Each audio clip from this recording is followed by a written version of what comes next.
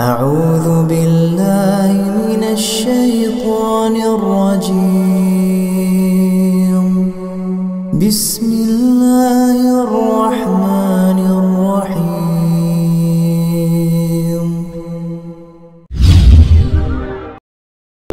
Assalamualaikum warahmatullahi wabarakatuh. Alhamdulillahi rabbil alamin wa bihi nasta'inu ala umurid dunya waddin. Wassalatu wassalamu ala asrafil anbiya'i wal mursalin nabiyina Muhammadin wa ala alihi wa sahbihi wa man tabi'ahum bi ihsanin ila yaumiddin. Subhanaka la ilma lana illa ma 'allamtana innaka antal alimul hakim. Qala Allah Ta'ala ya ayyuhalladzina amanu taqullaha haqqa tuqatih wa la tamutunna illa wa antum muslimun. Wa qala Rasulullah sallallahu alaihi wasallam fa inna ahsanal hadithi kitabullah wa khairal hadi hadyu Muhammadin sallallahu alaihi wasallam wa syarrul umuri muhdatsatuha fa inna kulla muhdatsatin bid'ah wa kulla bid'atin dhalalah wa kulla dhalalatin finnar. Ma'asyiral muslimin rahimani wa rahimakumullah, para bapak, ibu serta saudara sekalian jamaah Masjid Mujahidin yang dirahmati oleh Allah. Alhamdulillah, mari kita bersyukur kepada Allah pada kesempatan pagi hari ini kita bisa bertemu kembali di majelis ilmu. Mudah-mudahan kehadiran kita ini mendapatkan ridha, barokah dan ilmu yang bermanfaat. Amin ya rabbal alamin. Jamaah yang dimuliakan oleh Allah, kita masih membahas tentang bab yaitu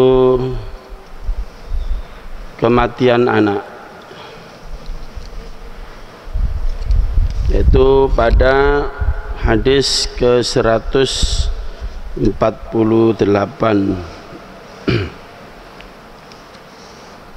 yang terakhir kemarin. Sekarang hadis ke 149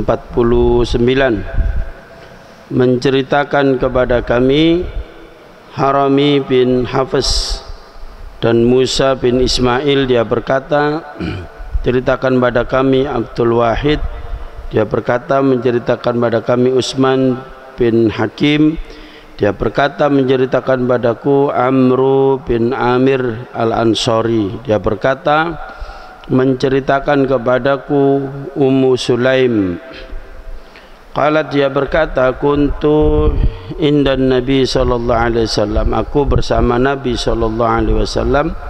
Faqala, lalu Nabi pun bersabda, ya Ummu Sulaim, wahai Ummu Sulaim, ma min muslimaini yamutu lahuma salasatu auladin, tidaklah dari dua orang Islam, dua orang Muslim yang ditinggal mati ketiga anaknya, illa adkhalahumallahul jannah, kecuali mereka berdua itu pasti dimasukkan oleh Allah ke dalam surga.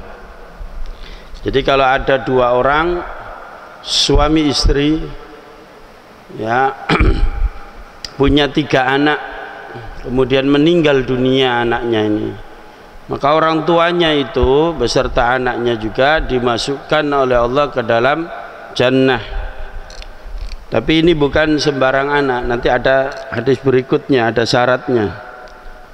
Bi fadli rahmati iyyahum, dengan kemurahan kasih sayang dari Allah kepada mereka. Qalat,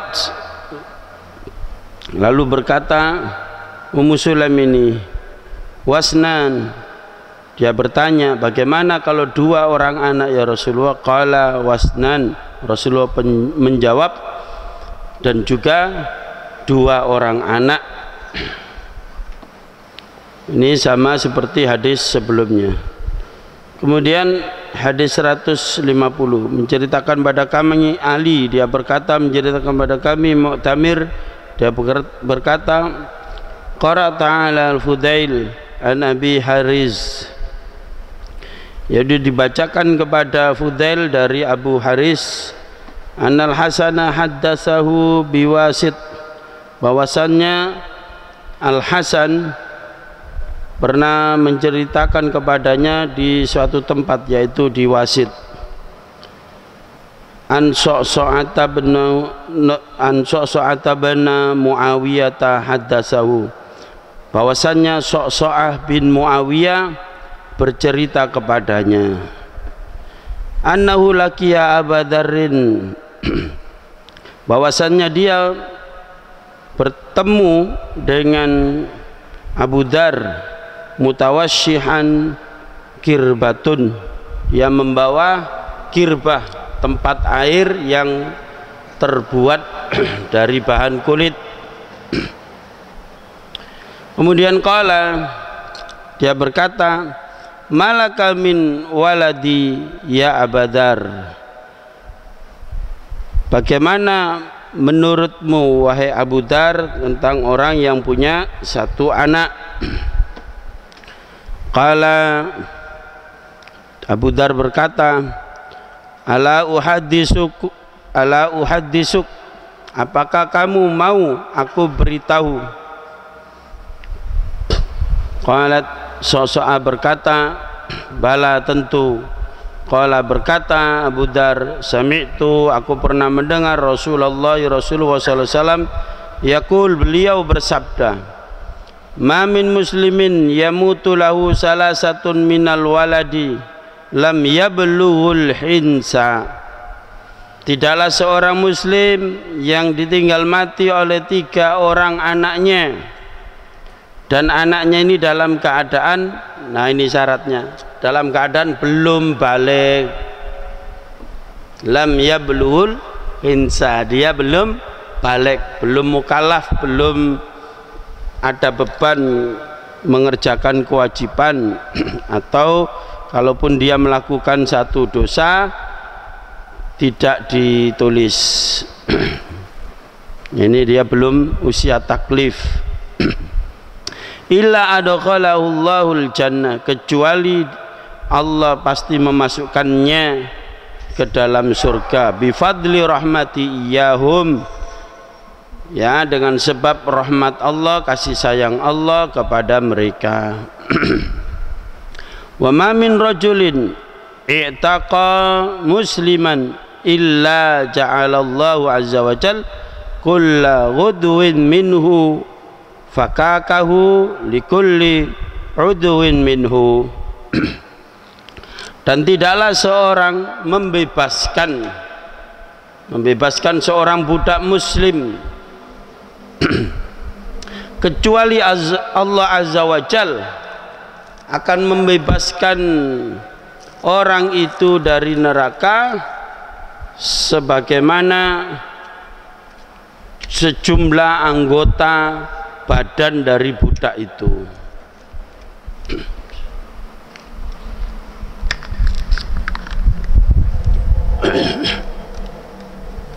Jadi hadis ini mengandung pengertian yang pertama para jamaah, sesuai dengan bab ini. Kalau ada orang tua yang ditinggal mati, kematian 3 orang anaknya, 2 ataupun 1 orang, maka kalau digabung dari hadis-hadis yang kemarin, ya dengan syarat tambahannya ini, yaitu orang tuanya itu bersabar, ya bertauhid kepada Allah tentu karena dia muslim. Yang kedua bersabar atas musibah, berdoa, Allahumma ajirni fi musibati wa khluf li khairan minha, ya Allah berikan saya pahala dari musibah ini dan gantilah dengan yang lebih baik. Kemudian yang keempat, anak yang meninggal itu belum balik, masih usia kecil, maka orang tuanya dijamin surga. Begitulah keluasan rahmat Allah itu. Banyak cara Allah memasukkan hambanya ke dalam surga. Kadang bukan melalui sholatnya, bukan melalui puasanya, bukan melalui ibadah-ibadah yang lain. Diberi oleh Allah musibah. Nah, intinya pada sabarnya ini para jamaah. Jadi besok itu ada yang lain pada menunggu dihisab, dihitung amalnya.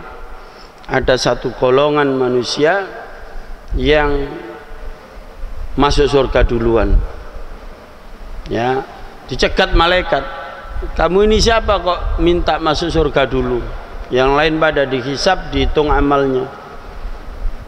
Nahnu minas sabirin, kami ini golongan orang-orang yang sabar. Kamu ini sabar dalam hal apa? Kata malaikat. Kelompok pertama menjawab, kita semua ini sabar dalam melaksanakan perintah Allah. Perintah oleh Allah sholat 5 waktu kita kerjakan, ya, dengan rutin, berjamaah di masjid, tepat waktu. Sabar kami melaksanakan perintah Allah. Diperintah oleh Allah puasa Ramadan, kita laksanakan puasa Ramadan, kita tambah puasa-puasa sunnah, sabar kita mengerjakannya. Terus satunya lagi, kami ini adalah golongan orang yang sabar untuk menjauhi maksiat kepada Allah, karena kami takut kepada Allah meskipun godaan itu banyak sekali. Kami sabar tidak korupsi, kami hanya menerima hak kami saja, tidak mengambil haknya orang, tidak mengambil haknya rakyat, tidak makan uang rakyat, tidak makan uangnya umat.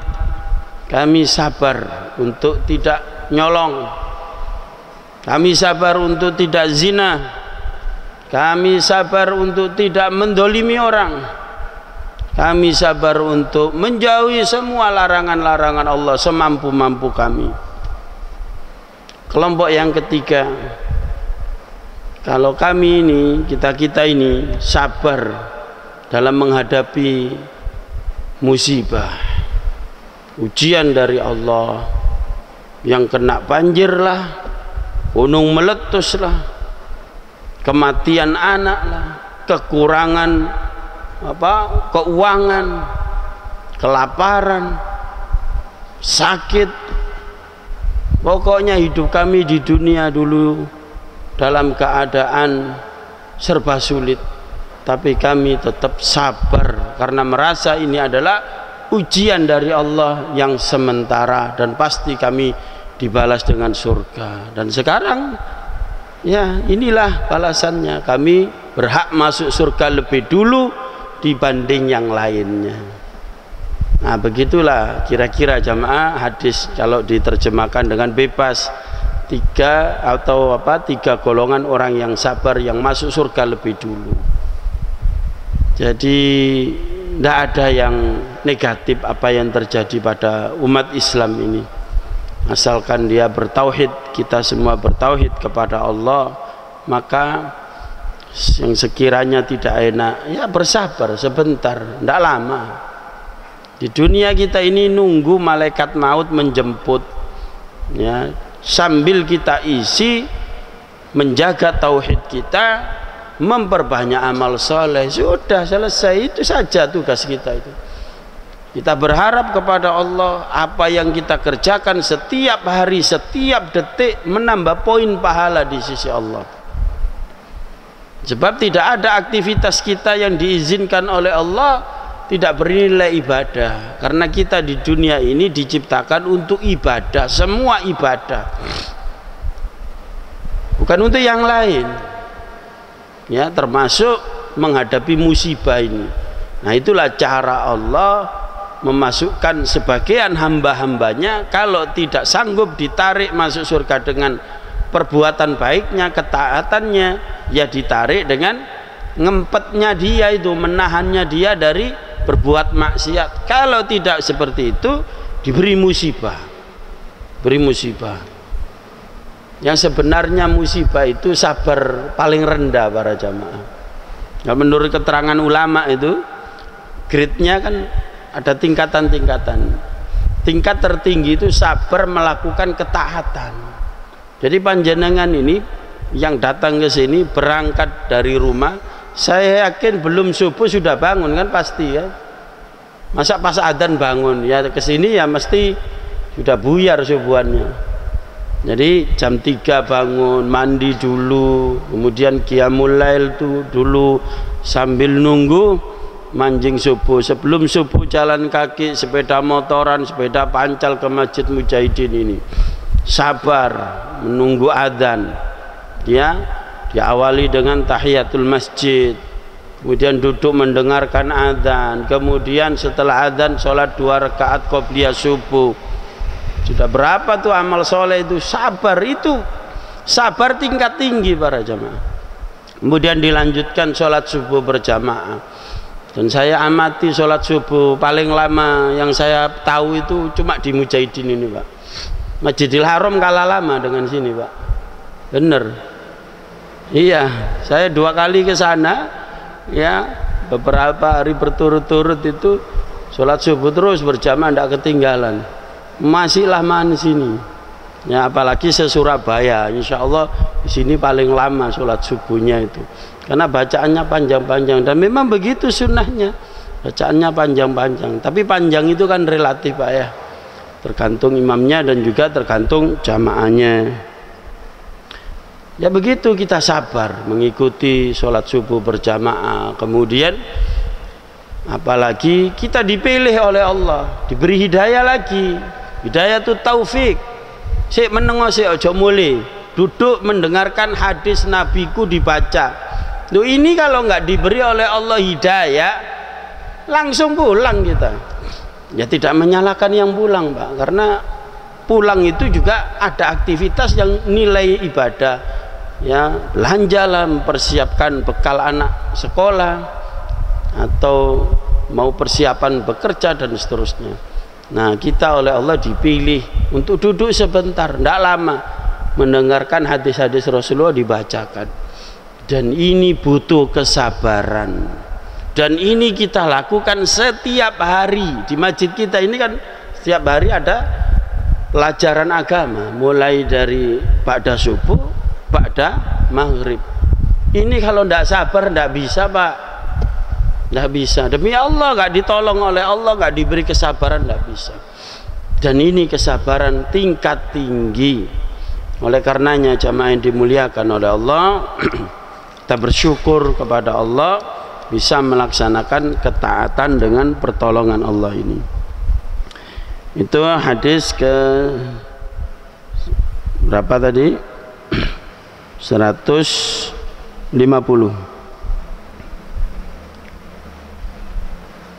Selanjutnya hadis 151, menceritakan pada kami Abdullah bin Abi Aswad, dia berkata menceritakan pada kami Zakaria bin Imarah Al-Ansari, dia berkata menceritakan pada kami Abdul Aziz bin Suhaib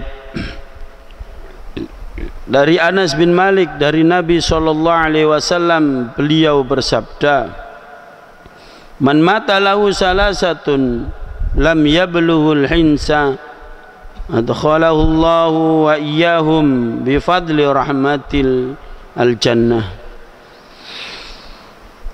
Barang siapa yang kematian 3 orang anaknya sebelum anaknya ini balik, maka Allah Ta'ala akan memasukkan anaknya dan orang tuanya itu dengan rahmatnya, dengan rahmat Allah ke dalam jannah. Ya, keterangannya sama sebelum hadis sebelumnya ini. Kemudian hadis 152 itu hadis sanadnya dhaif. Kita lanjutkan hadis 153. Menceritakan pada kami Muhammad bin Salam, dia berkata mengabarkan pada kami Abu Muawiyah dia berkata menceritakan pada kami Al-A'mash dari Ibrahim At-Taimi dari Haris bin Suwaid dari Abdullah dia berkata bersabda Rasulullah sallallahu alaihi wasallam, ayyukum malun warisihi ahabbu ilaihi min malih. Siapa di antara kamu wahai para sahabat yang lebih mencintai harta ahli warisnya atau hartanya orang lain, itu lebih dia cintai. Ahli waris kan orang lain, yang dimaksud orang lain di sini selain dirinya. Ahli waris itu bisa anak, bisa istri, bisa suami, bisa bapak, bisa kakek, kan gitu. Nah, dia ini lebih mencintai harta orang lain itu daripada hartanya sendiri. Kalau mereka sahabat menjawab, ya Rasulullah, wahai Rasulullah, ma min ahadin illa maluhu ahabu ilaihi min malihi min mali warisihi.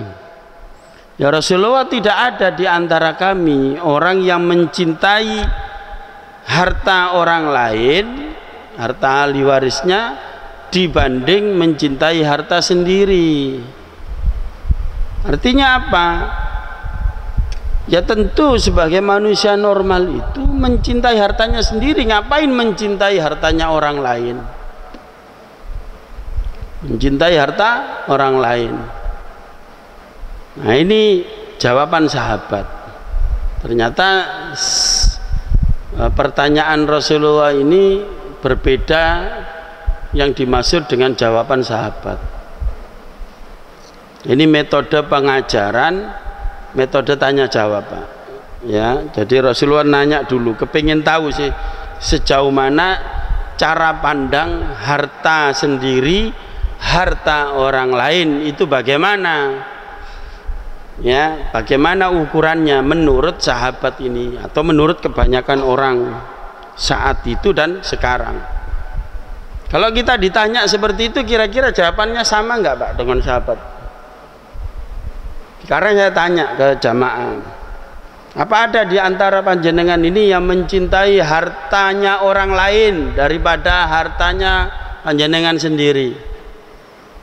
Tentu sampai jawab seperti sahabat itu, ya tidak ada lah Ustadz. Tentu kita senang mencintai harta kita sendiri, makanya kita jaga sepeda motor kita diparkir di depan itu kita kunci, mobil kita remote kita kunci, rumah kita pageri supaya tidak ada maling, ya kita rawat sawah, kita rawat kebun, kita rawat binatang ternak, itu kan harta kita. Kalau hartanya orang lain ngapain kita jaga? Nah, begitu kira-kira jawabannya, Pak ya. Ya memang begitu kenyataannya. Secara dohirnya manusia itu lebih mencintai hartanya sendiri. Ternyata maksud Rasulullah berbeda. Faqala Rasulullah sallallahu alaihi wasallam, lalu Rasulullah bersabda, "I'lamu, ketahuilah oleh kalian semua, annahu laisa minkum ahadun illa malu warisahu ahabu ilaihi mim malihi." Ketahuilah oleh kalian semua bahwasannya di antara kalian itu ya lebih mencintai harta orang lain daripada mencintai hartanya sendiri. Ya, kata Rasulullah, di antara kalian itu memang ada yang mencintai hartanya orang lain dibanding hartanya sendiri. Loh, kok bisa? Masa kita cinta, seneng, suka dengan mobilnya tetangga, dengan rumahnya tetangga, ya, tahu-tahu kita datang ke rumahnya tetangga yang punya mobil baru itu, kemudian kita bersihin, kita lapi, kita apain. Loh Pak, ini mobil saya biarin, saya seneng. Masa gitu? Ya kan? Apa kalau ada orang seperti itu gimana, Pak? Kalau ada orang seperti itu gimana? Ada rumahnya tetangga, katakan begitu. Kemudian kita senang rumah itu, rumahnya bagus. Oh, kemudian kita cat, ya kita tambahi aksesoris, ya kita jaga dan lain sebagainya. Padahal milik orang lain. Kira-kira kita dianggap apa sama orang? Wah, wong iki rodok iki rupane. Udah wong diapi-api. Nah, padahal nggak disuruh sama tetangga. Ya kecuali kalau satpam kan memang tugasnya jaga rumah misalnya, dibayari. Ini ndak ada hubungan apa-apa. Tahu-tahu seneng gitu aja. Ternyata kata Rasulullah kebanyakan orang seperti itu. Nah, kemudian Rasulullah menjelaskan maluka ma qaddamta, hartamu itu, ya yang dimaksud hartamu itu adalah apa yang kamu gunakan, yang kamu pakai itu hartamu. Lanjutannya wa malu warisaka ma'akhorta, dan hartanya ahli waris alias hartanya orang lain itu apa yang kau tinggal mati itu, yang kau simpen-simpen di bank, kau belikan. Ada yang kau belikan sawah, rumah di Surabaya, di Malang, di Bogor, setiap kota ada, apartemen ada, kos-kosan ada, komplit wis. Habis gitu kau mati, itu hartanya orang lain. Dan itu kebanyakan yang dicintai oleh orang. Nah ini para jamaah. Jadi benar apa yang dikatakan oleh Rasulullah SAW. Kebanyakan orang itu mencintai hartanya orang lain. Maksudnya apa? Ya harta yang pergi pagi pulang sore kita cari itu, pergi pagi pulang sore, peras keringat, banting tulang, sudah jungkir walik, sudah sampai ada itu yang nggak sholat, nggak jumatan, nggak, jangankan ngaji, sholat aja nggak kober. Bahkan ada yang ekstrim sampai lupa makan, saking gila kerjanya. Untuk apa ngumpulin harta? Untuk apa masa depan nanti kalau saya sudah tidak kuat kerja, ketika sudah tua saya akan menikmati harta itu. Tahu-tahu belum tua, game over, dijemput malaikat maut. Caranya macam-macam, diambung prauto iso. Seperti di Kalimantan tuh kemarin, orang nggak salah nggak apa, ngapain nih? Ini lampu merah berhenti, diserodok dari bawah. Tuh, sudah yang dikumpul-kumpulkan selesai. Jadi hartanya siapa coba, Pak? Malu warisahu, harta ahli warisnya, hartanya orang lain. Loh, yang ngumpulin dia, yang kerja keras, peras keringat, banting tulang dia, tinggal mati begitu saja. Istrinya masih muda, lepas masa idahnya 4 bulan 5 bulan, wis kawin maneh. Berhubung suki golek sing brondong. Ayo kon, apa gak ngeluh, gak pusing ya? Yang cari dia ditinggal mati, istrinya nikah lagi.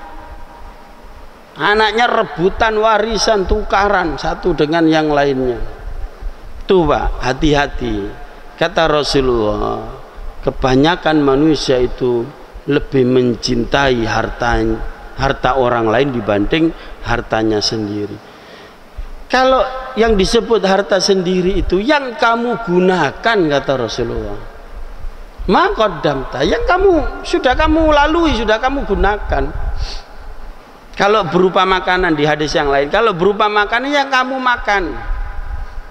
Kau ke restoran pesen nasi goreng, gulai, kebuli, biryani, nasi mandi, ya, apalagi bakso.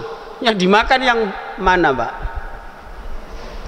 1 piring, 2 piring, 3 piring kamot, Pak. Wah, muntah.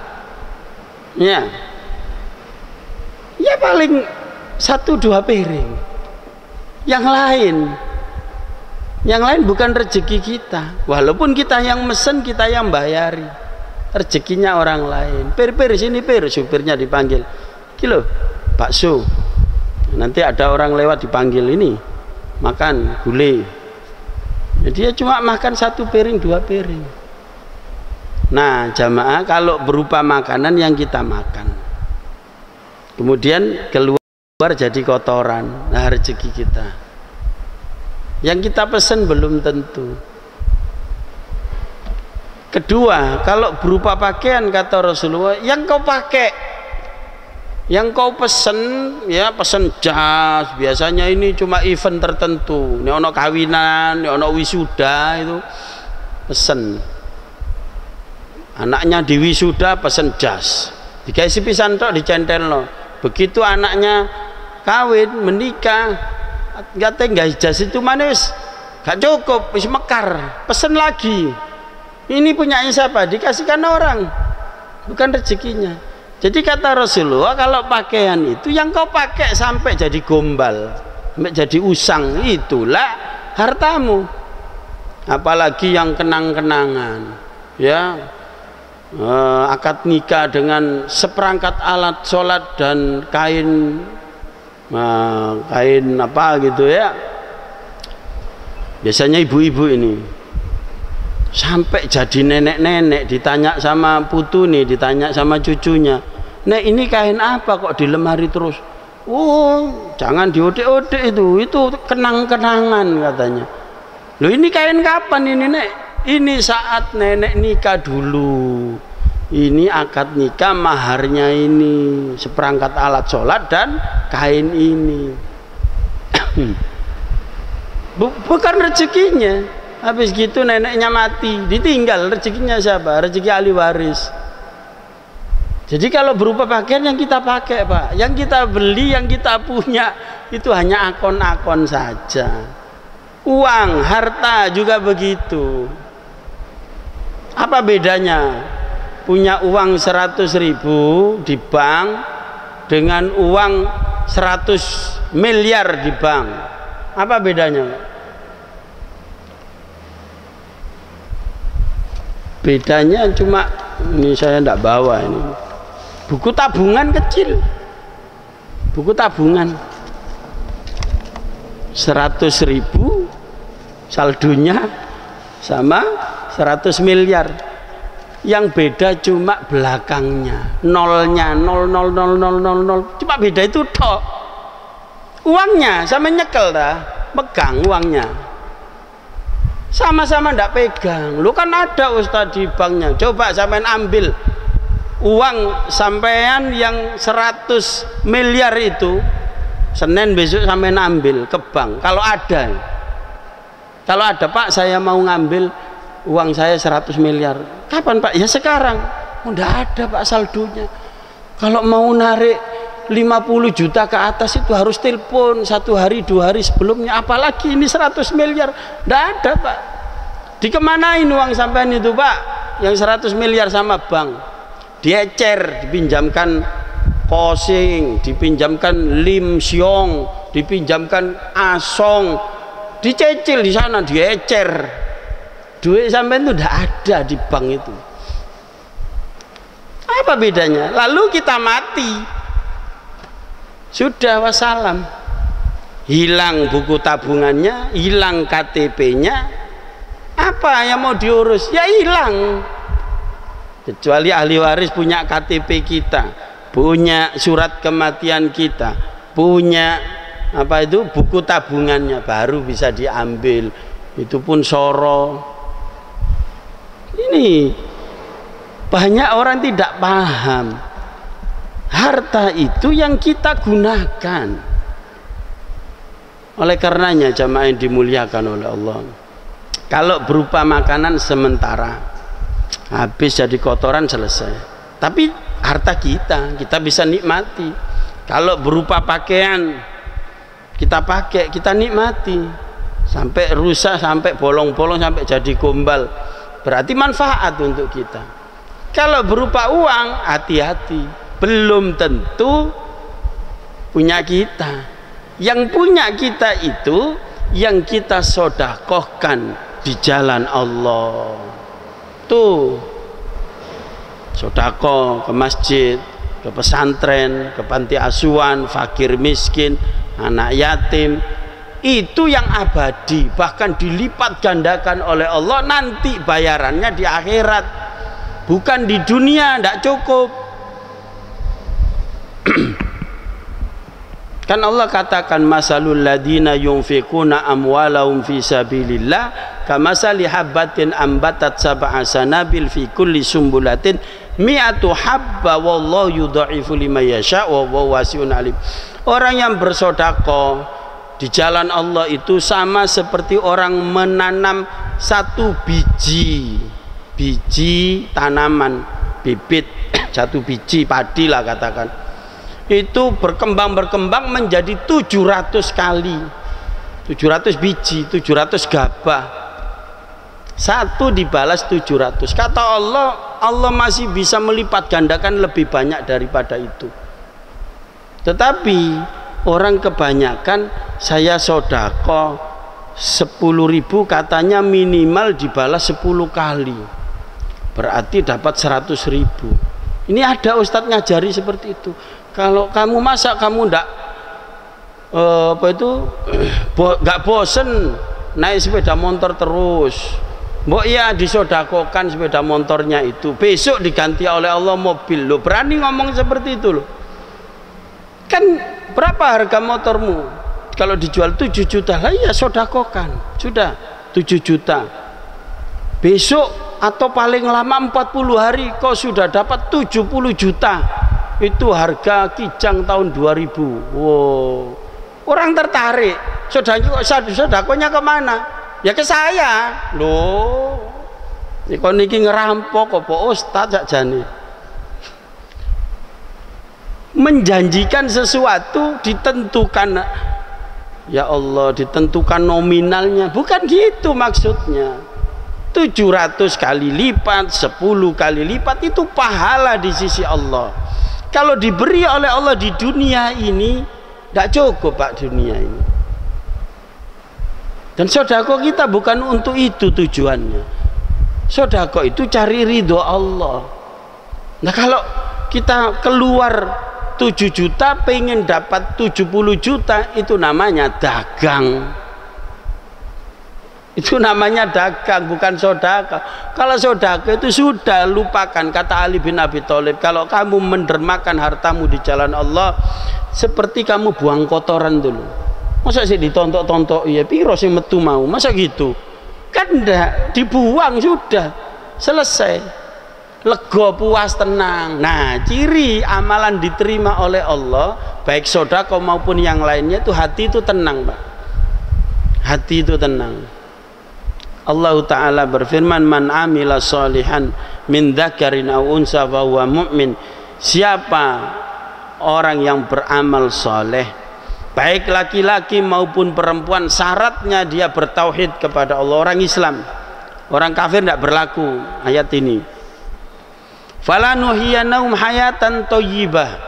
Allah akan berikan hidupnya di dunia, balasan dari amalnya dan tauhidnya yang lurus tadi, itu adalah hidup di dunia hayatan thayyibah, hidup yang baik.